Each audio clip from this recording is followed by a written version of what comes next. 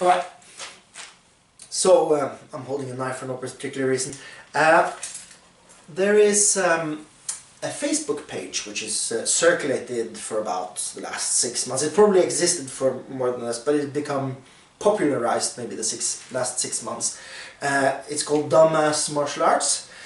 And sometimes the videos are really funny because it's like people showing you know, no-touch key powers, and this strange Russian guy looking like he has rigor mortis while doing some... Probably he just watched some videos of martial arts and tried to decide to invent his own. And all these things, they can be funny. But the thing is that there's sometimes people are outed unfairly.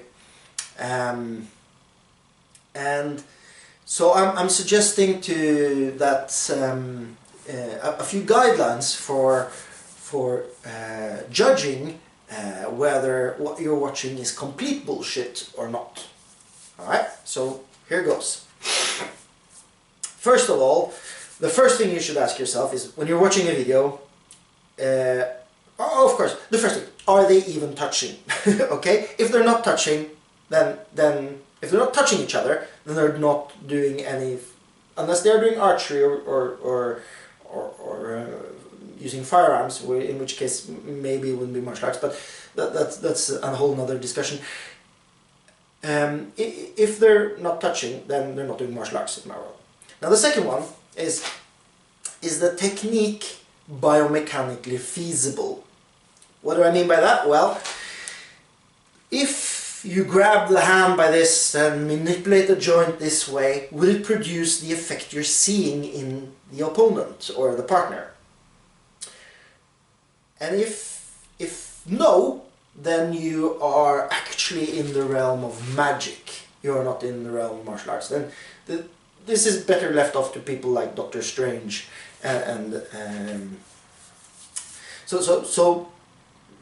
then just you can immediately say, okay, this is bullshit. If you're manipulating a joint and it has a completely different reaction than it should have, unless that guy has some very strange double jointedness or something like this, which most people just don't have, it wouldn't produce that effect, then okay, we can say that's not martial arts even, that's just playing around or bullshit. Now, the next one, now it's starting to get trickier. If you just assume that, okay, the technique is biomechanically feasible, that's step one, okay. So the next step is it tactically feasible? Now what do I mean by that? Well, tactically feasible, I would say that is the context it's provided in, actually before you say tactically feasible, is it provided in a tactical context? Now this is important to understand the difference. If you can have something which is not provided in a tactical context. That means, for example, a takedown, I'm just showing the takedown. I'm not showing you an entry, I'm not showing you anything like that, I'm just showing you how to do a specific technique taken out of context. Okay? For a very good example is a lot of Aikido techniques. They are actually, sometimes they are taken out of context. In order to make Aikido throws and techniques work, you have to put them in a relevant context, and very often when they're just taught as techniques without proper context.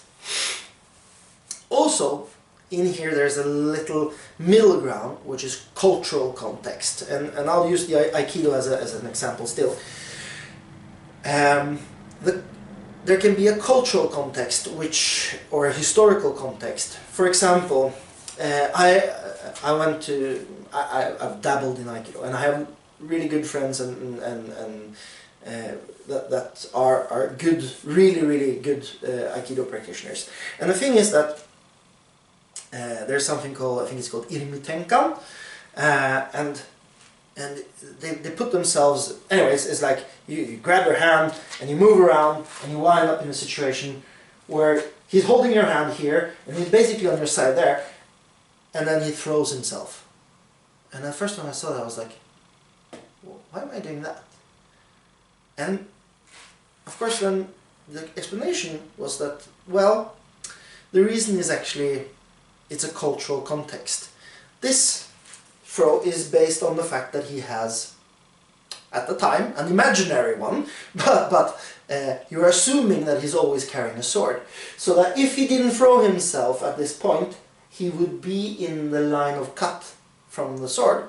So throwing yourself away actually is a good idea at that point, because you need to get away from the throw. And throwing yourself down and rolling away actually is a smart way of getting out of the line of cutting. Also, sometimes you see people, this is really, if you see high-level Aikido demonstrations, it looks like they're almost not touching each other. People just fly like this. And the reason is that, for example, you see them going for a throw like this. Now this doesn't really throw anybody. This dislocates the shoulder if it's done properly. The throw is actually what you would call a voluntary throw.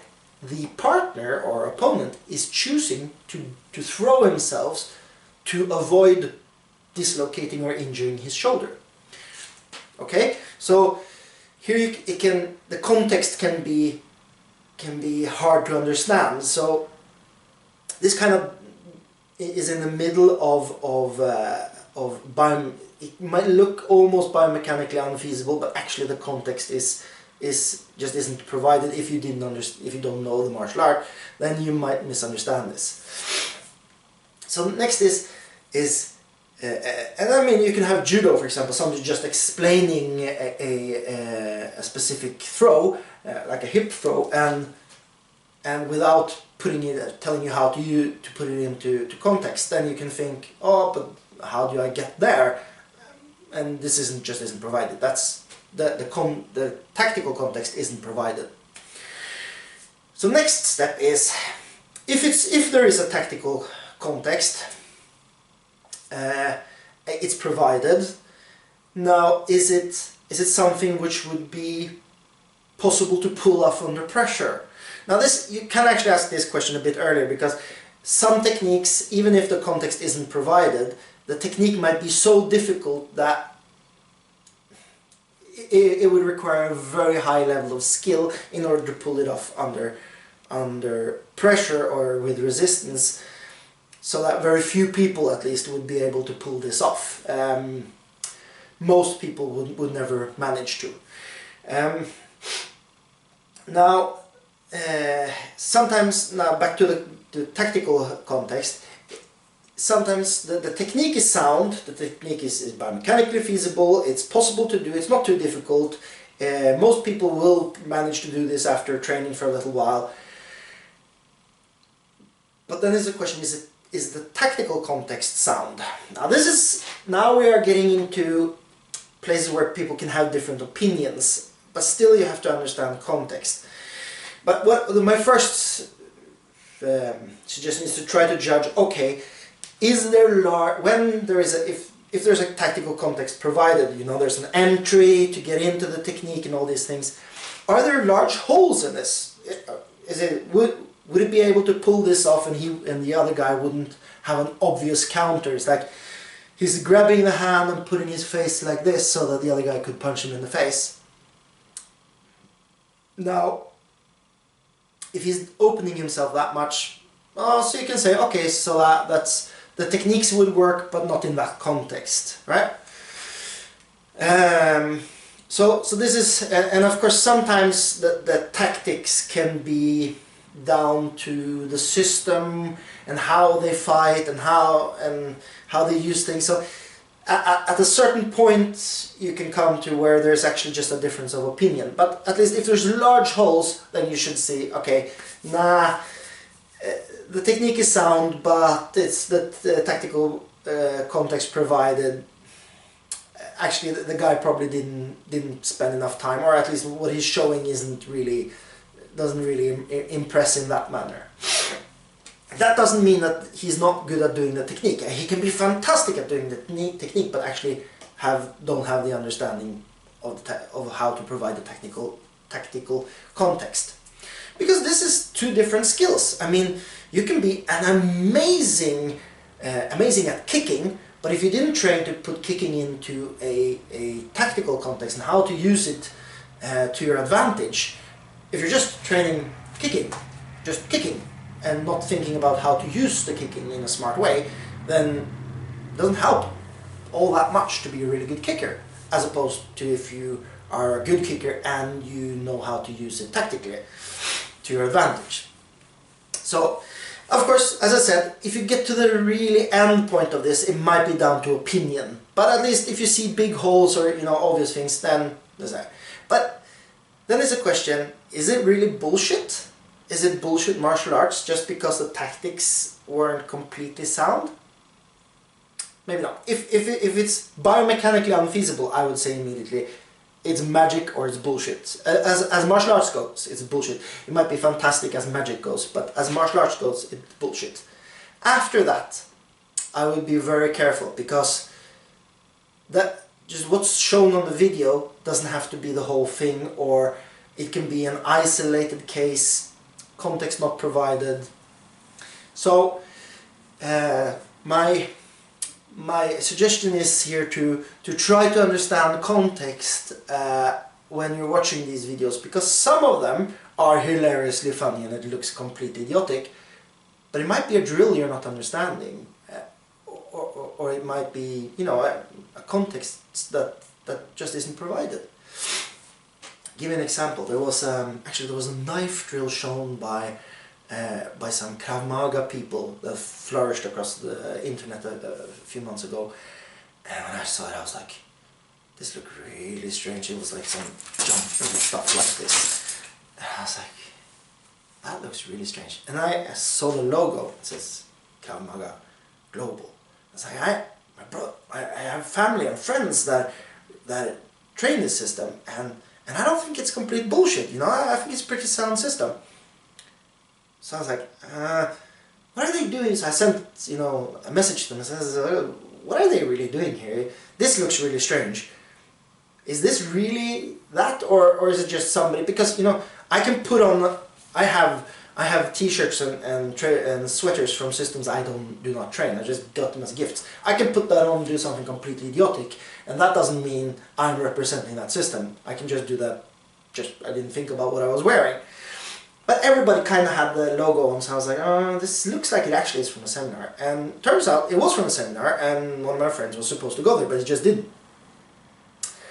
And this really strange looking phenomenon where they were doing this, looked like jumping patty cake with a knife. It looks really dangerous, but to learn. But the thing was, this was just a coordination drill. It wasn't actually supposed to be done exactly like that, and the people in the front were really beginners, and they kind of maybe misunderstood it a little bit, but, you know, basically it was a coordination drill just to get people warmed up and used to, you know, having a knife in their hands, doing something, because, yeah, you know, and there's lots of these things that, this wasn't a technique, this wasn't their knife defense, and nowhere did it say that it was. So it's important to you know, try to understand what you're watching,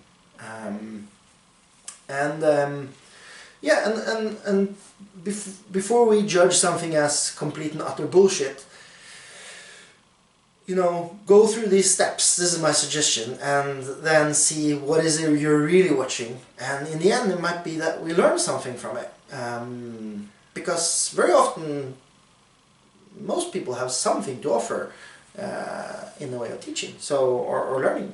So yeah, that's my 5 cents on this. Alright, well, thank you, bye bye.